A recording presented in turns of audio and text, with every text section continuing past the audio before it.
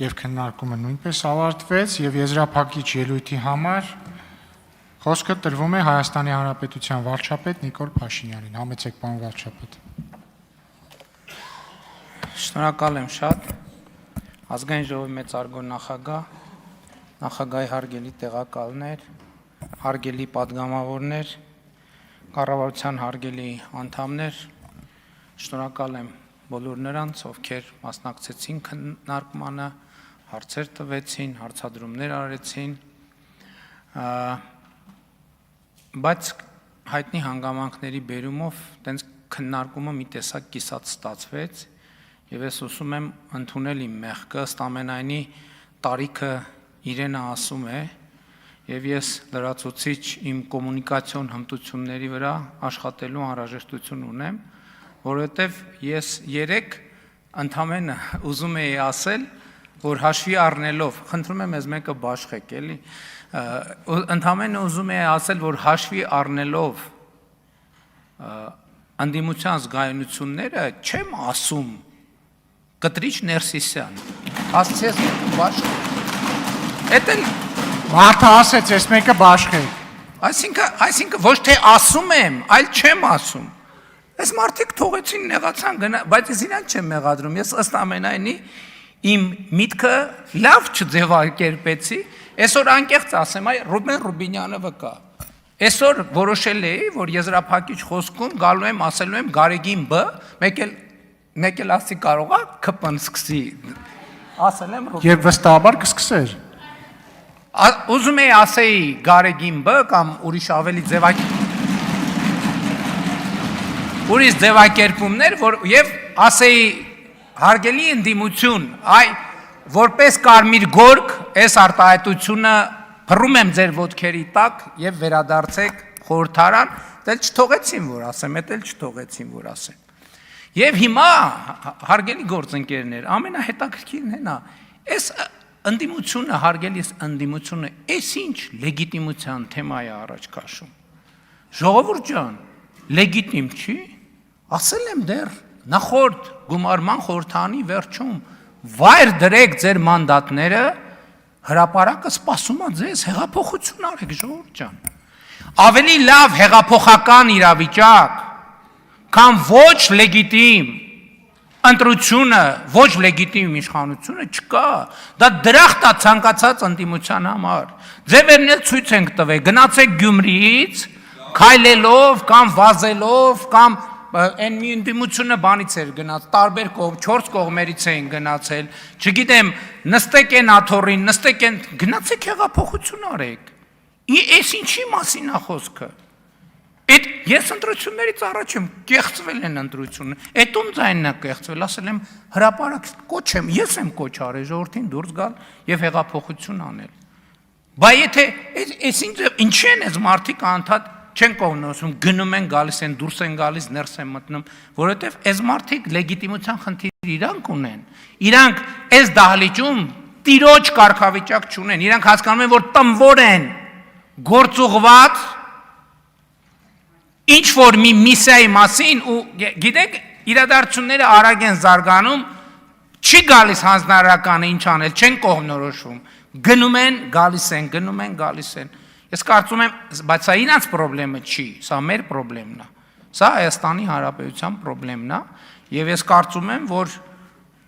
այս ընտրությունը կամ մանդատները վայր դրեք եւ զբաղվեք հեղափոխությամբ, կամ եկել եք, նստեք, աշխատեք, ամեն բառի վրա նեղանալ գնալը, չեմ կարծում, թե ուժեղության նշան է։ Այստեղ Իհարկե քննարկումը շատ ակտիվ չեղավ, ես չեմ հիշում, գիտեք, որ ես 2 օր տևի կառավարության ծրագրի քննարկումը, ճիշտ է չեմ ստուգել, բայց գոնե այդ եմ ասում, տպավորությունների մակարդակում այս ամենակարճ քննարկումն է կառավարության ծրագրի, այս 4-րդ ծրագիրն է, որ այո, 4-րդ ծրագիրն է, որ մենք քննարկում ենք, բայց քննարկվող հարցերի մեջ էլի հայաստանյան ծառայելական Սուրբ եկեղեցու հետ կապված հարցերը որոշակի դերակատարում ունեին ընդդիմության ներկայացուցիչը ասում է ձեր իդեալը բանի հոգևորականի Նավասարդ Կճոյանն է եւ դուք ուզում եք նրա միջոցով։ Ես ձեզ ուզում եմ ուղիղ ասել, եթե Գարեգին բն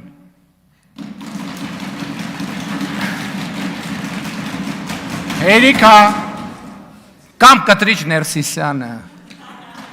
արեք դե ժողովուրդ, մի հարամարեք։ չէ՞։ Չէ՞։ Տրամաբանությունը կոտրվեց։ Պարոն Ղազարյան, ձեզ նկատողություն եւ Ահա։ նախազգուշացում։ Շատ լավ։ Եթե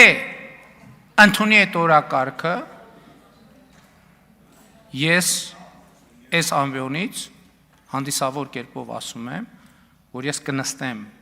եւ իր հետ կքննարկեն ամենայն հարգանքով այդ օրակարգը։ Ես չեմ ասել երբեք, որ գիտեք ինչ կան մերոնքականներ եւ կան ոչ մերոնքականներ, որոնց մի մասը կարա բարեվարկության կանոնները պահի, մյուս մասը չպահի։ Ես միշտ ասել եմ եւ իմիջայլոց Հայաստանյաց առաքելական Սուրբ եկեղեցու բարենորոգման օրակարգը հստակ ձևակերպված է։ Բարեվարկության կանոններ եւ այդ կանոնները պահելու հստակ մեխանիզմներ։ Ես ավելին աշխատանքային մակարդակով ասել եմ, որ ես այո, կարծում եմ, որ նաեւ պետությունը կարող է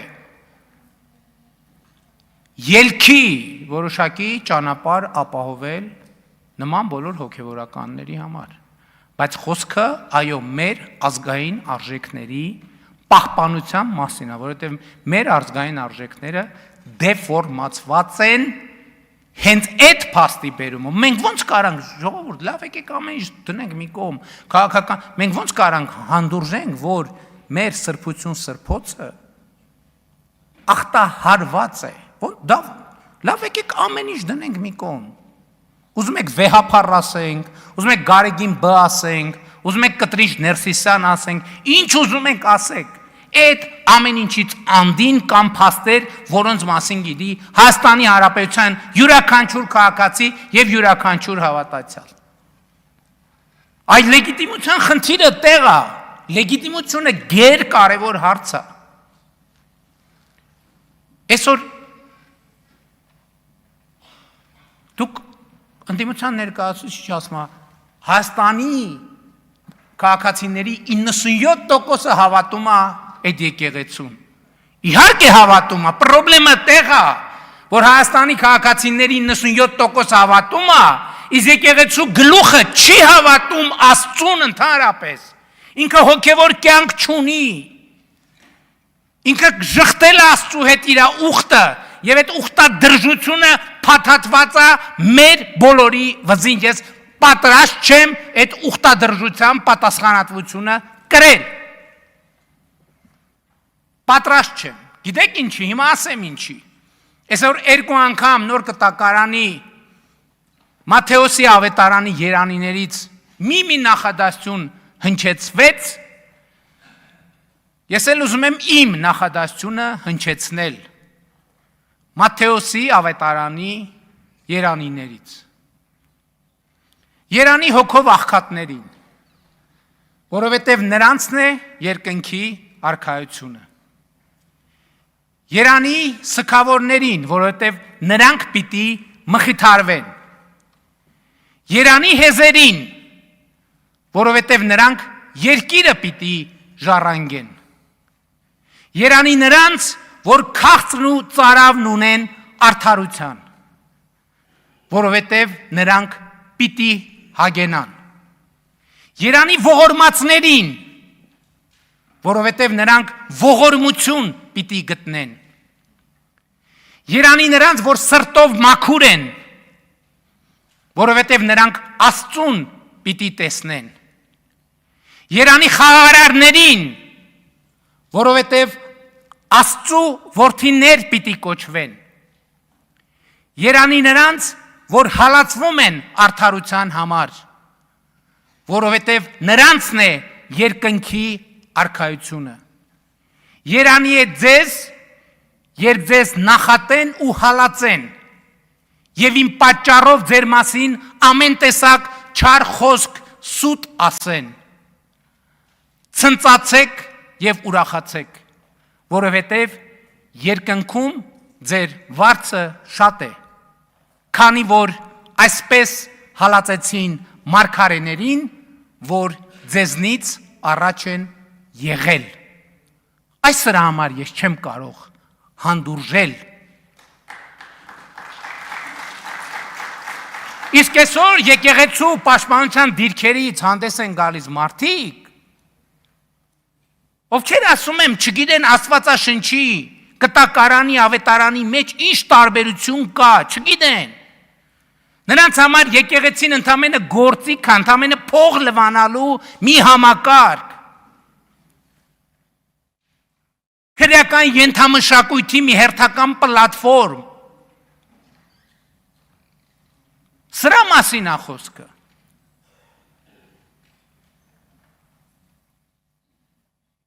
Եվ էլի ասում եմ, Հայաստանյաց առաքելական Սուրբ եկեղեցու պատարագի կանոնական տեքստում 40-ից ավել անգամ խաղաղություն անունը արտահայտությունը հնչեցվում է։ Հիմնականում Աստծուն աղաչելով խաղաղության համար։ Աստծուն աղաչելով աշխարհի խաղաղության համար։ Այսինքն մի քանի տեղ ընդգծվում է աշխարհին խաղաղություն։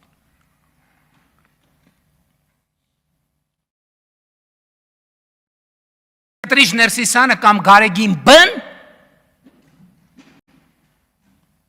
պատերազմի կուսակցության ներկայացուցիչը։ Ինչի համար է պատերազմի կուսակցության ներկայացուցիչ։ Այս ինչ որ էստեղ խոսվեց հավատարմությունա կոնֆլիկտին, այն կոնֆլիկտին, որը բխում է ստալինյան հայրենասիրությունից, այն կոնֆլիկտին, որ դրվել է Հայաստանի Հանրապետության հիմքում, որ տեսեք ինչ են ասում, անընդհատ, ինչի մեջ են ինձ մեղադրում, ինձ մեղադրում են, որ ես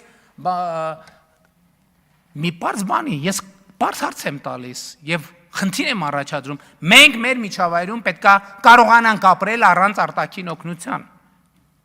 Իրենց ասածը ինչ է, եթե մենք շարունակենք գնալ այն ճանապարհով, իսկ մենք բոլորովս, մինչև 2024 թվականը, բոլորս նույն ճանապարհով ենք գնացել։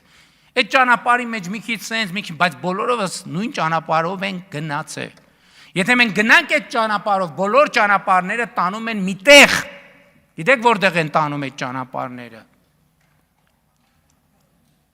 Միտեղ, որտեղ ավարտվում է Հայաստանի անկախությունը։ Որտեղ երբ որ մենք այստեղ ինքնուրույն չկարողանանք ապրել, ընդդիմության մյուս ներկայացուցիչն ասում է, ինչ եք ժառանգել եւ ինչ եք ստացել։ Ասեմ, դաժանա, բայց ասեմ։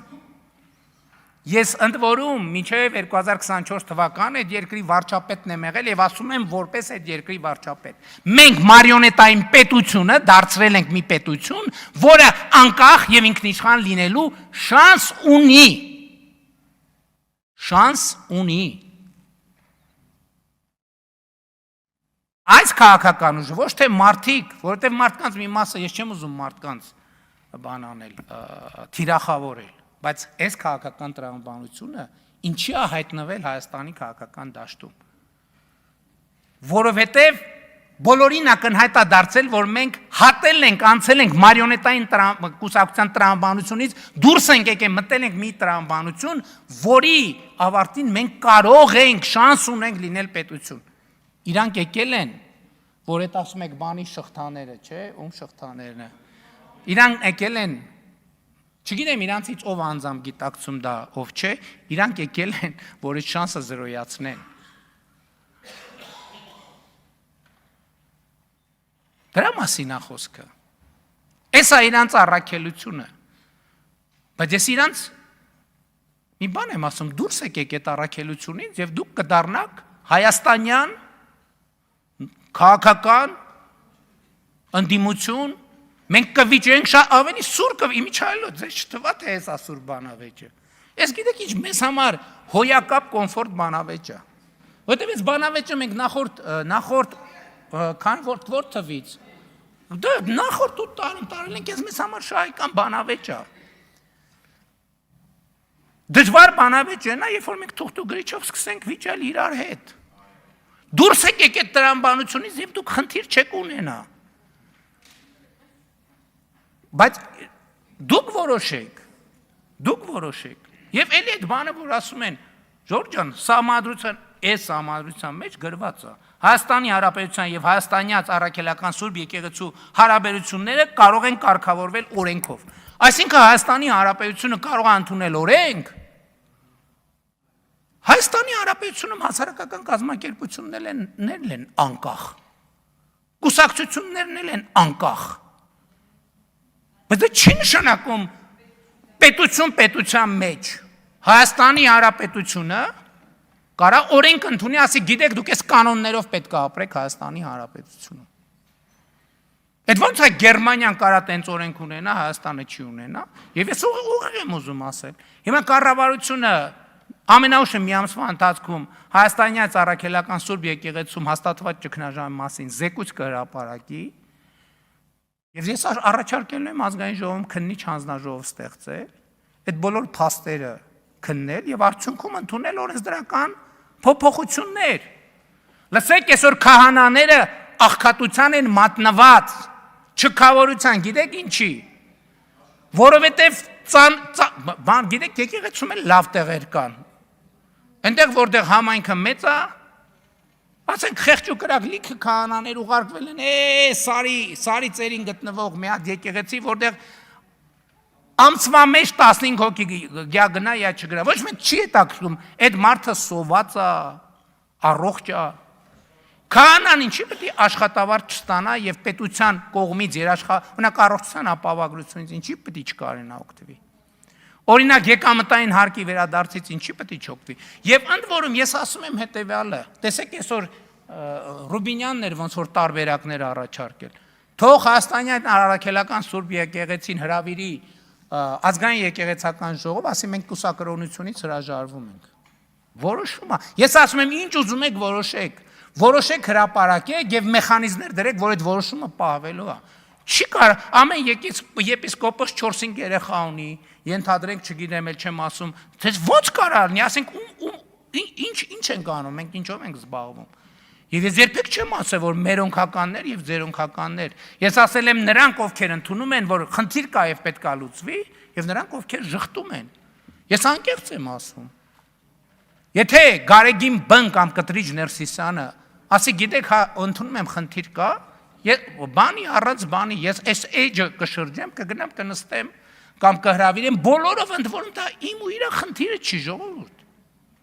Սա մեր ազգային եւ պետական ինքնության խնդիրն է։ Էլ ինչի պետք է եւ ասում եմ, այս խոցելիությունները ինչի պետք է օգտագործվի մեր պետության դեմ։ Ինչի պետք է օգտագործվի։ Ինչի պետք է, այսինքն պետության մեջ ո՞նց կարա տենց բանը լինի։ Դա բացառված է, մենք դա թույլ չեք տալու։ Հիմա մյուս թեման։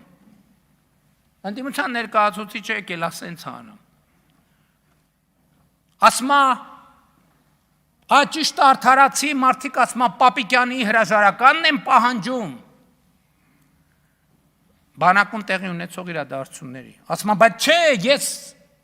չգիտեմ ոնց է ասում, ինչ է ասում։ Հա, իմ հրաժարականն է պահանջում։ Եկեք նայենք, ասենք 2002 թվին 24 դեպք։ Բասեր Սարգսյանն ու Ռոբերտ Քոչարյանն ինչի չեն հրաժարական տվել, Գեգամ Մանուկյան։ 2003-ին 15, 16, 2004-ին, բա Ռոբերտ Քոչարյանը քիչ հրաժարական տվել։ Սերժ Սարգսյանն էլ եղել է պաշտպանության նախարար։ Հետո Սերժ Սարգսյանը եղել է բռնազավթելով եղել է նախագահ, Սեյրան Օհանյանը եղել է պաշտպանության նախարար։ Թիվեք ուզում 2010 թվական 21 դեպք սպանության եւ ինքնասպան, բա քիչ է հրաժարական տվել։ Կամ հա, բարձր կոալիցիան կամ բանը, կամ Սերժ Սարգսյանը, կամ Սեյրան Օհանյանը, մի հատ է ձեր խմբակցության ղեկավարներ, բա քիչ եք հիշում այդ մեխանիզմների մասին։ Եվ այլն, եւ այդպես շարունակ։ Եվ այսօր մենք ուրիշ խնդրեմ ունենք, այո, այսօր նախարարը միջազգային զեկույցի մասին է պատմում,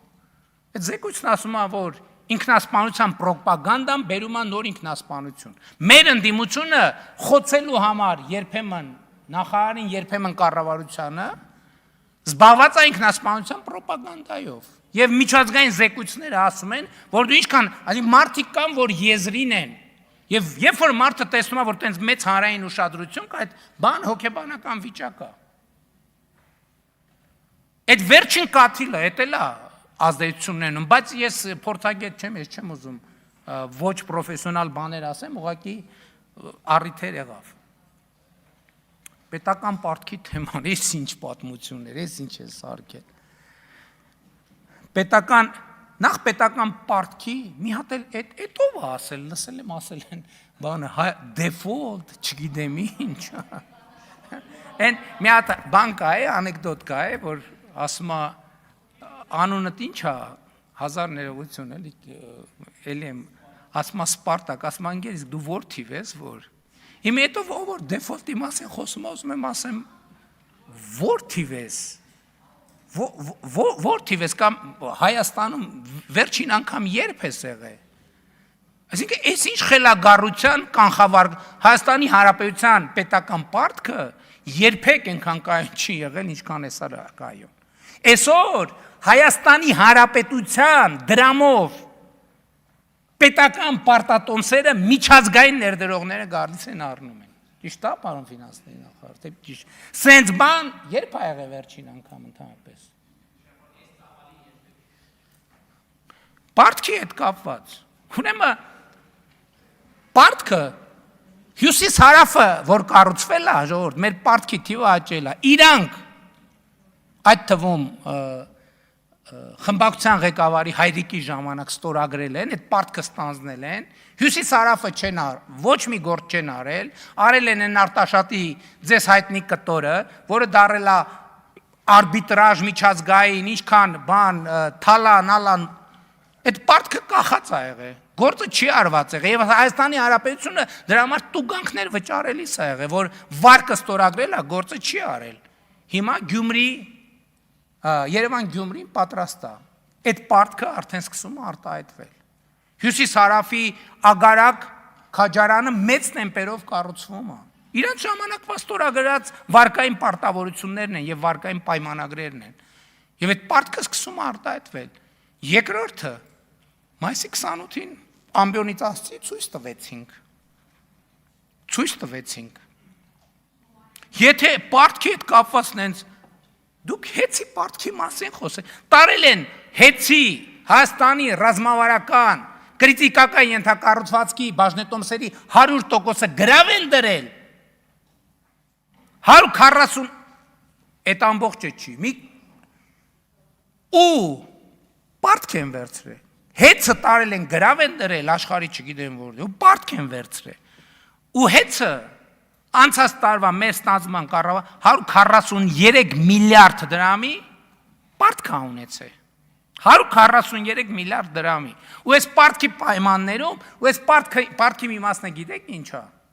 Հայաստանի բանկերից տոկոսով վարկ են վերցրել, իրանց հարազատներին առանց տոկոսի տվել են։ Հեցով իրանք Հայաստանի տնտեսության կոնկրետ ճյուղեր ոչնչացրել են։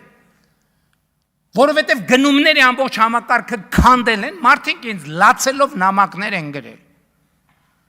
Որովհետև այն ինչ պետքա մրցութային ընթացակարգերով ձեռք բերեին, ամբողջ առել են իրանց բարեկամներից, հարազատներից, այս հենց ջանդամ, հեցը վարկա վերցրել տոկոսով, առանց տոկոսի տվել են իրանց բարեկամներին, այդ իրանց բարեկամների կազմակերպությունները իբր մրցույթների մասնակցել են, այս փողը պտտել են իրանց ընտանիքի համար շահույթներ, ով է վճարել դրա համար եւ ով է վճարում Հայաստանի Հանրապետության էլեկտրաէներգիայի սպառողները։ Ասենք էլի եմ ասում,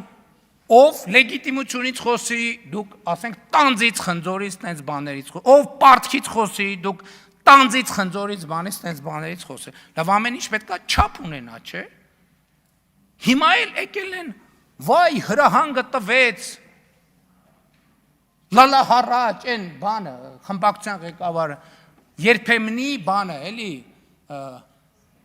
աննկուն հեղափոխականը, որ պայքարում էր քոչարանասերժական, Ես հենց այս ամբիոնից ասում եմ, դրանք փող պետք է չունենան խեղճանում է, որովհետև հասկանում է, որ իրա կռանիկներն են փակվելու։ Սկզբից կպել էր ԶՊՄԿ-ին, ասեց ոչինչ։ Երևի բան շուտ հասկացավ, որ փող չկա, հեղափոխության բանի մեջ փող չկա։ Չկա փող։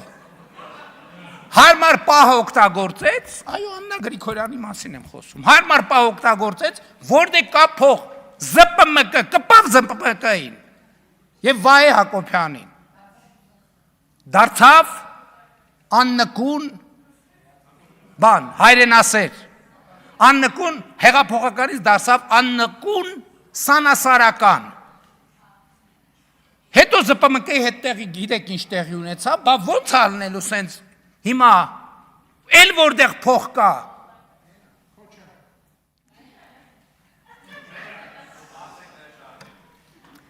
Այո։ Չէ, բայց չենք թողի, որ այդքան ասել եմ պետք է փող չունենան։ Անենց որ լրիվ ուրիշ բան պետք է մտածի, լրիվ ուրիշ բան պետք է մտածի։ Ինձ ասում են հələ պատկերացրեք, ասենք հասկանում եք, չէ՞, ես երեգիրիկուն խոսում եմ, հրահանգ եմ տալիս տեղից առավոտ գործողությունը։ Եթե հրահանգ, Ժողովուրդ ջան, ես հրահանգը ստեղ չեմ տվել։ Ես հրահանգը տվել եմ Հանրապետության հրապարակում 2026 թվականի հունիսի 5-ին։ Ինչ եմ ընդեղից տվել, որովհետև ոչ մեկ չի ասում։ Լսի, ոչ մեկ չի ասում։ Պիացա Գրանդե։ Սպայտունը պատմամշակութային հուշարձանը քանդել են տեղը Ռոբերտ Քոչարյանի, Լևոն Քոչարյանի եւ Սեդրակ Քոչարյանի սեփականությունն է։ Ոնց։ Play City, Թենիսի մանկապատանեկան կենտրոնը վերցրել են մարդիկ, դարձել են իրանց համար օրանժ։ Toyota Երևան, մի կողմից, եթե ես ճիշտ հասկացա, էլի բանը Ռուբինյանի հետ ենք նայում, եթե ես ճիշտ հասկացա, մի հատ հողն են տվել, մի հատ էլ գնացել են փայ են մտել Toyota Երևանի մեջ։ Պարոնյան 8 շենքի տեղը հին շենք ա եղել, այդ վերցրել են կոպեկներով։ Կապուտակ Սևան, ես կոնգրես հյուրանոցը, չգիտեմ սրա մասա թե չէ, Կասկադում 2 հեկտար հողամաս։ Ժորժ ջան, ես ձեզ հարց եմ տալիս։ Նախ 2 հարցադրում կա։ Ես 8 տարի վարչապետ եմ Հայաստանի Հանրապետության։ Ես ինչի Կասկադում հող չունեմ, ժողովուրդ։ Ինչի Կասկադում ես հող չունեմ։ Ինչի Սևանի ափին հանգստյան տուն չունեմ։ Ինչի հյուրանոց չունեմ։ Ինչի 1 միլիարդ 740 դրամ չունեմ։ Այսինքն բան եմ, ես այսօր առավոտ խոսում ենք գործընկերների հետ։ Այսինքն ինչ։ Ես միամիտ եմ, հա։ Իրանք շուստրի ուժեղ տղեկն են, հայրենասեր, ես եմ միամիտն եմ։ Հիմա էլ ասում են, ճիշտ հարց ընցեց, ասում է 8 տարի։ Ինչի է 8 տարի հետո։ Բայց ես էլ եմ այդ նույն հարցը տալիս։ Ասում եմ ինչի է 8 տարի հետո, 8 տարի ինչո՞, այս փաստերից որևէ մեկը նոր է։ Ինչի է 8 տարի հետո, ես եմ, բայց ինչ եմ Հանրապետության հրապարակից ասել։ Ասել եմ այն պատճառով, որովհետև մի պարզ պատճառով, որովհետև լինելով իշխանություն ամեն օր կռիվ ենք տվել այդ մաֆիայի դեմ։ Այդ սեփականությունը ինչի է Ռոբերտ Քոչարյանին եւ մյուսներինը։ Որովհետև ասում եմ, ում ուզեցել են առել են, ում ուզեցել են ծախել են, եւ գիտեք ինչ քաղաքական նարատիվով, հեսա մի շաբաթ սրան գնում են, հեսա մյուս ուրբաթ սրան գնում են, հեսա բան, հեսա սենց արնելու, հեսա ընդես դաբրոկա, եւ այդ բանում դատաիրավական համակարգում էլ մի մասսա կա, չէ, որ նայում այսօր առավոտը մերոնք հեսա գալու են։ Հեսա ասել էի ձերոնք ինչ են անելու։ Գալու են, բայց 8 տարի ինչի ես պետք է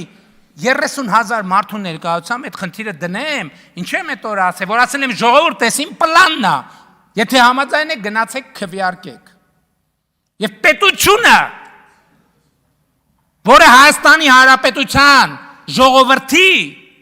իշխանության ներքո է, պարտավոր է ժողովրդի կամքը կատարել։ Այո, պետք է նստեն։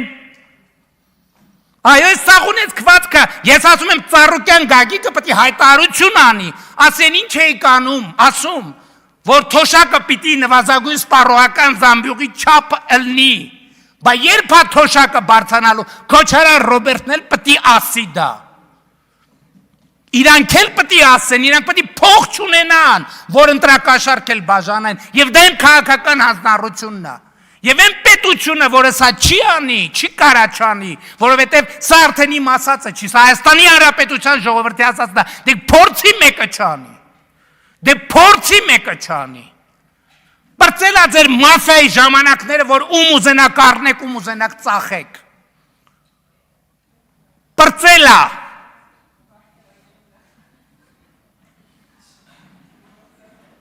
ասում է համադրականն ասում է դատական համակարգը անկախ է, ումից է անկախ դատական համակարգը։ Իրանք մտածել են, թե դատական համակարգը ժողովրդից է անկախ եւ մաֆիոզների հետ պետք է գրփեն Հայաստանի Հանրապետության ժողովուրդ։ Խալաթ է կարեք գլուխներդ պատին եք տվել։ Հնազանդ ժողովրդի կամքը կկատարեք։ Հնազանդ։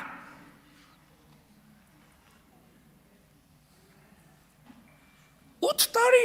Բա ես չգիտեին, ովքեր էին, չգիտեին ես բանի, կասկադի պատմությունը չգիտեին, ինչ են ես գործերը դարակներուն, ես որևէ մեկին ասել եմ, որ բան արեք, կամ կանգնացրեք, կամ ես արեք, կամ են արեք, բա ժողովուրդն էլ ասում է, երևի սա էլ դե մտածումը ասում է, դե նրան, դե էտա նորմալ է, այս կարգավիճակում էտա գործը, նրան ձեր չտանք, որ մենք էլ կանենք, սա ուղերձա նաև մեզ, ժողովուրդ ջան, Սա ուղերձա նաև ինձ,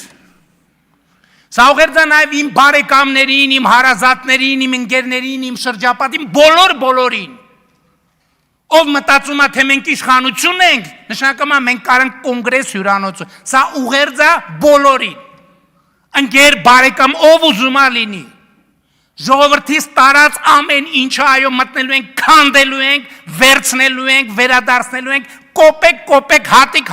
անկախ նրանից ում ընկերն է, ում բարեկամն է եւ այլն եւ այսպես շարունակ։ Ես հույս ունեմ, որ այդպիսի դեպքերի չենք հանդիսանա, բայց այն եմ ասում, բանի դեպքը դրա մասին է։ Հովիկ Աղազարյանի դեպքը դրա մասին է։ Այսինքն ինչ, մենք մեր եւ ուրիշների կաշառակեր ունենք, մեզ պետք չի լոյալ կաշառակեր, մենք պարտավորություն ունենք այս ժողովրդի առաջ եւ այդ պարտավորությունը պետք է կատարենք։ Աղվան Վարդանին ասում է Քոչարյանը լավ է կառավարել, հա ես վատ եմ կառավարում, որովհետեւ ասում եմ հյուրանոց չունեմ, միլիոններ չունեմ, ոչ մի բան չունեմ, բայց ունեմ մանդատ, ունեմ լեգիտիմություն, ասել եմ կզծնելու եմ, ուրեմն կզծնելու եմ։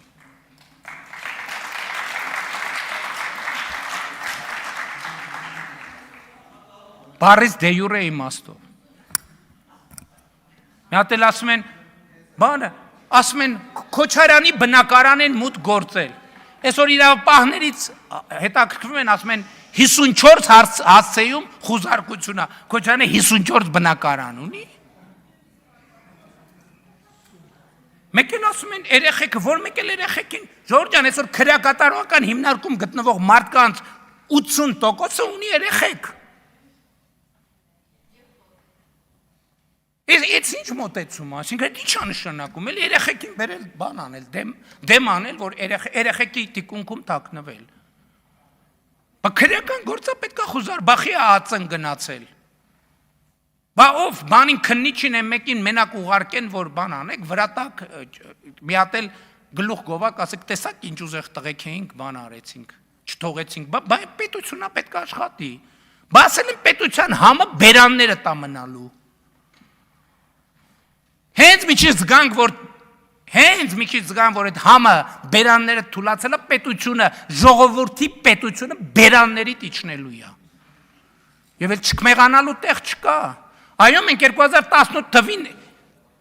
արել ենք ոչ բռնի թավշյա հեղափոխություն ժողովրդ եւ ասել ենք վենդետա չլինելու, ասել ենք սիրո եւ համերաշխության հեղափոխությունա։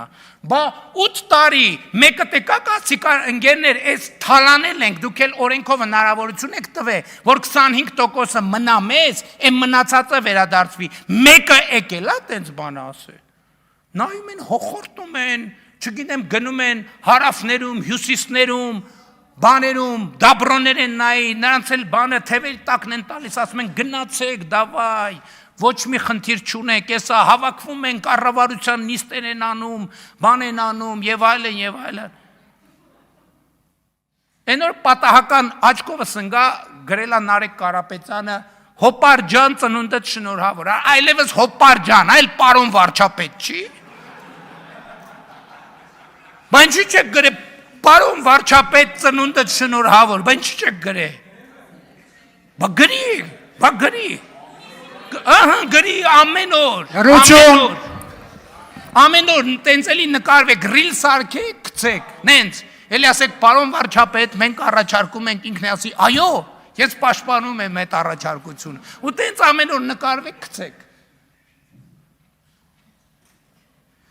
Ասում են մարտի 1-ի գործը բաց, մարտի 1-ի գործը բացահայտված է։ Հայաստանի իրավապահ համակարգը մաֆիոզ ազդեցությունների պատճառով չի տալիս դրա գնահատականը։ Քրեական գործում մարտի 1-ի մի դրվագ չկա, որը բացահայտված չի։ Սպանությունների պահը այդ ամեն ինչով պետք է գնաց, որ բացահայտի։ Պարզա, որ սպանությունների հրանգը տվել է Ռոբերտ Քոչարյանը։ Ոնց են բերել բաները ֆորմեկը, Ղարաբաղից ոնց են բերել, ոնց են օլիգարխներին տարեբաժանել, որ օլիգարխը որտեղ է, ամբողջը բացահայտված է։ Հայաստանի Հանրապետության դատաիրավական համակարգը կամք չի ունեցել, որովհետև անկախ է կառավարությունից։ Մենք այդ էթիկան պահել ենք անկախ է կառավարությունից։ Եվ քանի որ կառավարությունից անկախ է, կարա օլիգարխներից նախկին ինչքան փող ասես առնի, հետաձգի։ Գագիկ Խաչատրյանի դատավարության հետ ինչ եղավ։ Դատավոր այնքան դատը ձգեց, մինչև թոշակի գնաց։ Հա։ Ու համոզված եղեք միայն պետության թոշակի հույսին չի իմանա։ Ես վստահ եմ, ինչ որ մի բան ինձ հուշում է։ Ինքն նաև է փաստաբանը։ Ինձ էլ ասում են Արցախը եւ արցախցիներին չեն սիրում։ Արցախը իրանց համար եղել է ընդամենը փող քերելու միջոց։ Փող քերելու միջոց։ Հայաստանում Ղարաբաղի ժողովրդին դե պատանդ են պահել, Հայաստանի ժողովրդին էստեղ են պատանդ պահել եւ թալնել են, ընտեղել են թալնել, ստեղել են թալնել։ Ընդ որում է սա ամբողջ խմբավորումը եւ նախքին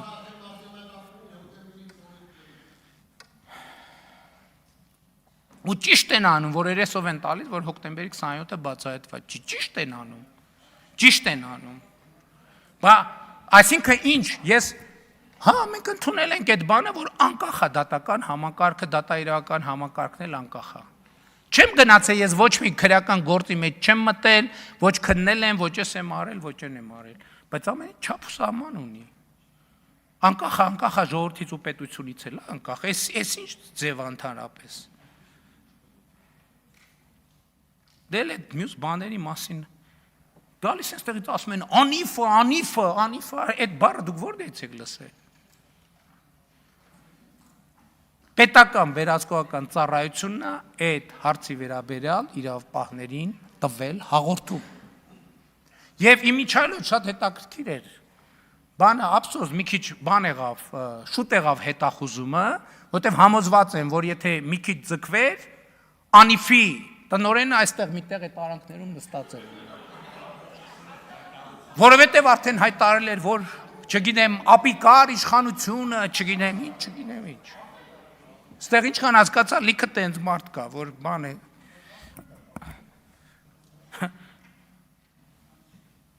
Մարդուն ընտրել եք մարդու իրավունքների հանձնաժողովի նախագահ, եկել ասում է կենտրոնական Ասիայի քոչվոր խաշնարած սա տգիտության ամբարտավանությունը ընդհանրապես լրիվ ուրիշ։ Մեզ էլ մեղադրում է ոչ պրոֆեսիոնալն է։ Տգիտության ամբարտավանությունը։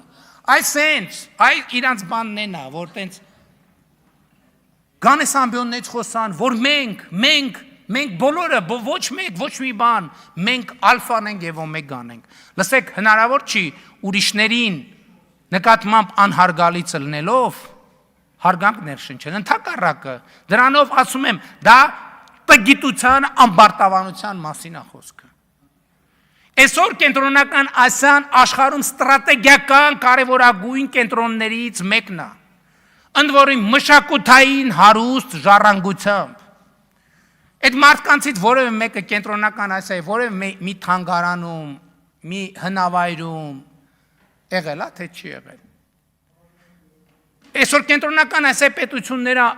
յուրաքանչյուրը իրենց մոդելով, բայց հաջողակ եւ հաջողված պետություններ են։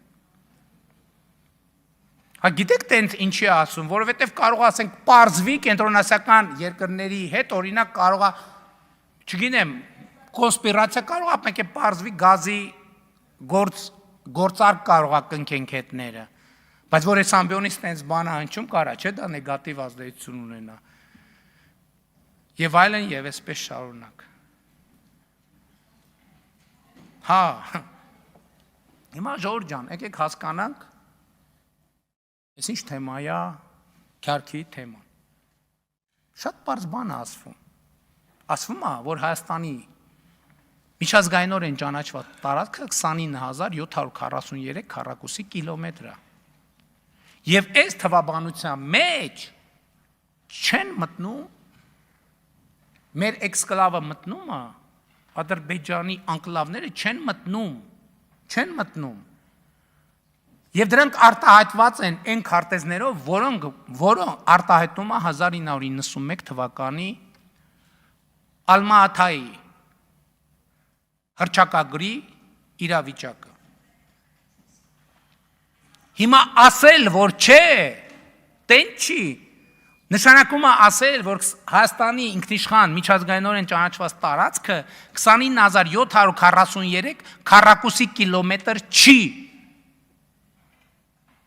Սա նշանակում է պատերազմ հայտարարել։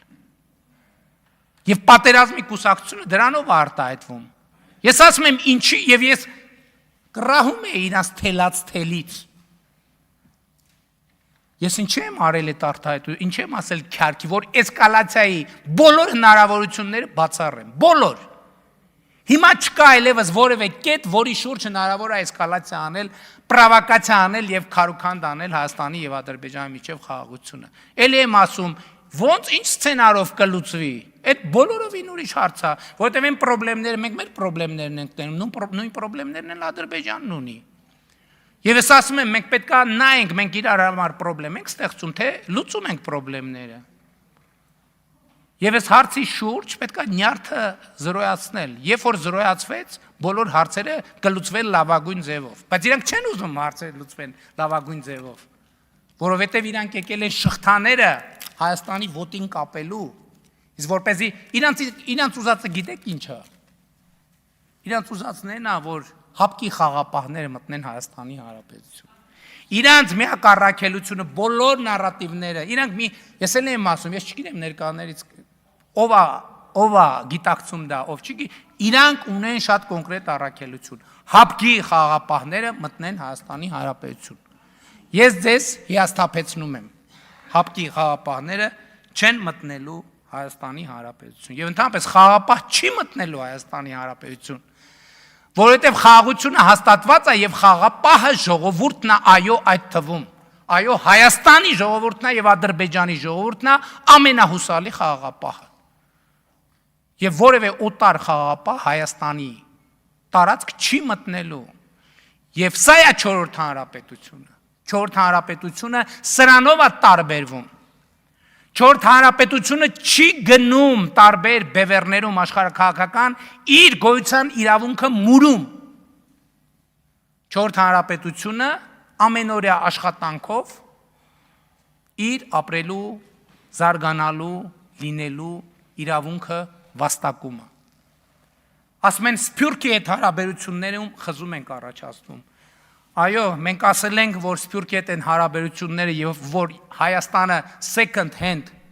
շոր ուղարկելու տեղ այդ հարաբերությունը ոչ միայն չկա։ Ես արգելել եմ, ասել եմ, հանկարծ որևէ պետական մարմին օգտագործած շոր, կոշիկ, չգիտեմ, ավտո կընդունի, այդ պետական մարմնի եւ իրա վերադաս ամբողջ համակարգը ինձ հետ գործ ունի բոլորին աշխատանքից ազատել։ Այո, եղել է դեպքեր եկել են մաքսատանը ամիսներ կարող է միջև մի կան։ second hand լիքը կոշիկ, շոր, բան եւ այլն։ Հայաստան-Սփյուռք հարաբերությունների մեր պատկերացումը Firebird-ն է։ Ուրիշ հարաբերություն չի լինելու։ Սփյուռքը չի կարա լինի Հայաստանի մենթոր։ Այդ բանն անցել է, գիտեք, վայ, գիտես էս ինչա։ Սա բան է, սնիկերս է։ Գիտես, ես ինձ հետ տենց դեպք եղել է։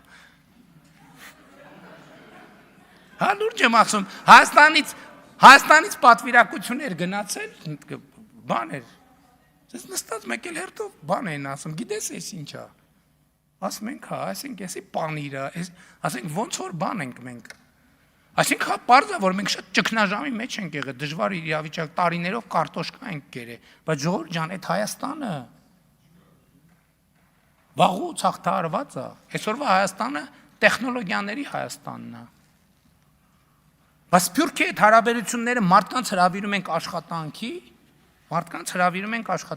Սփյուռքի այդ հարաբերությունները այսօր 2 տարի Հայաստանում ներգաղթ է սկսվել։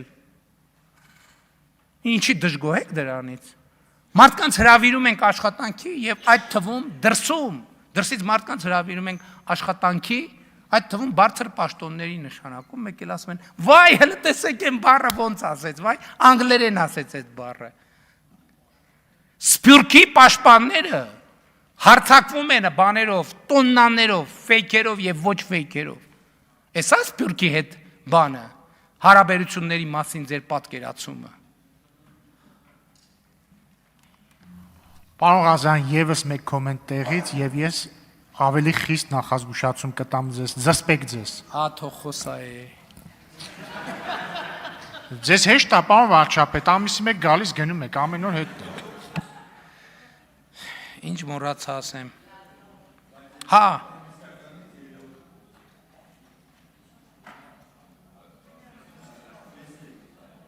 Լավ, պարոն Սիմիդյան, լավ դե հիմա։ Գստացեք, հարգելի գործընկերներ։ Պարոն Սիմիդյան, հանգիստ։ Լավ, մի թողեք, որ խոսամ, պարոն Ռուբինյան, կներեք, ես սխալվեցի, խիստ եղեք։ Լավ, հարգելի գործընկերներ, խոսացինք, քննարկեցինք եւ ըստ էության ասեցի այն, ինչ որ ուզում էի ասել։ Գիտեք, պատմության մասին այդ բանը,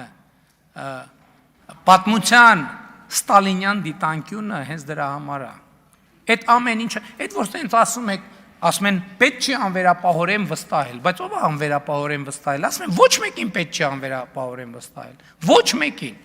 բայց դուք ասում եք չէ, մի տեղ կա, որ պետք է անվերապահորեն վստահել, մյուսներին անվերապահորեն չվստահել, մենք ասում ենք չէ, ոչ մեկին պետք չի անվերապահորեն վստահել,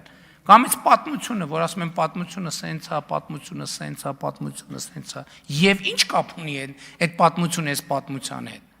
Իսկ կապը հետևյալն է, մենք այսօր պետություն ենք եւ պետքա պահենք մեզ պետության նման, որովհետեւ պետությունը ուրիշ բան է, ասենք ինչպես ընդ որում ամենայն հարգանքով, դրանք տարբեր կարգավիճակներ են, ամեն կարգավիճակ ունի իր բանը, ինչպես ազգային ժողովի падգամավոր լինել եւ չլինել, կամ ուսուցիչ լինել կամ ոչ ուսուցիչ, դա որոշակի պահվածքի կոդ ունի, որոշակի էթիկա ունի։ Ասում են խես ասում սենց եւ հա ինչ են ասում Արարատ գյուղին ասում են դավալու, մեզ ասում են սրանք Արարատը ուրանում են։